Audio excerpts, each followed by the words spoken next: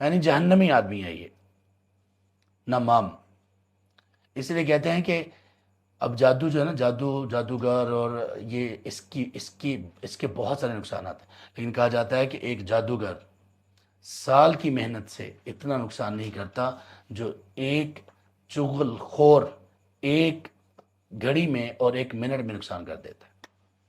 ایسا بدترین شخص ہے یہ کوئی بھی ہو سکتا ہے۔ کسی نے کہا، بیٹے کو کہا کہ یار آپ کے والد صاحب تو فلاں آپ کے دوسرے بھائیوں کے ساتھ بہنوں کے ساتھ تو بڑا اچھا کر رہے ہیں، آپ کے ساتھ تو یہ کر رہے ہیں۔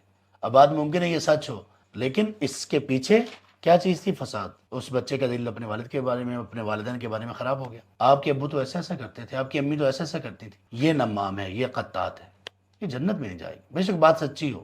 کوئی شخص ہے، باپ ہے، بھائی ہے، بہن ہے، وہ اپنی بیٹی یا بہن کو کہتے ہیں کہ تمہارا شوہر تو یہ ہے، تمہارا شوہر تو تمہارے ساتھ اچھا یہ کرتا ہے، تمہارا شوہر تو فلاں جگہ پر یہ کر رہا تھا، یعنی فلاں کو تو اس نے یہ دیا اور وہ دیا، تمہیں کچھ بھی نہیں دیا۔ تمہارا شوہر تو اپنی بہنوں کے ساتھ تو بڑا اچھا کرتا ہے، ان کو تو بہت کچھ دیتا ہے، تمہیں کچھ نہیں دیتا۔ یہ کتنی سادہ سی باتیں جو ہمارے گھروں میں کتنی عام ہیں۔ یہ وہ چغل خوریاں ہیں جن کی بنیاد پر انسان جنت میں داخل نہیں ہو سکے گا۔ اس لیے کہ اس طرح کی یہ جو چغل خوریاں اور غیبتیں وغیرہ ہیں، یہ انسان کے ساری نیکیاں تباہ کر دیں گی کہ وہ جنت میں کیسے جائے گا۔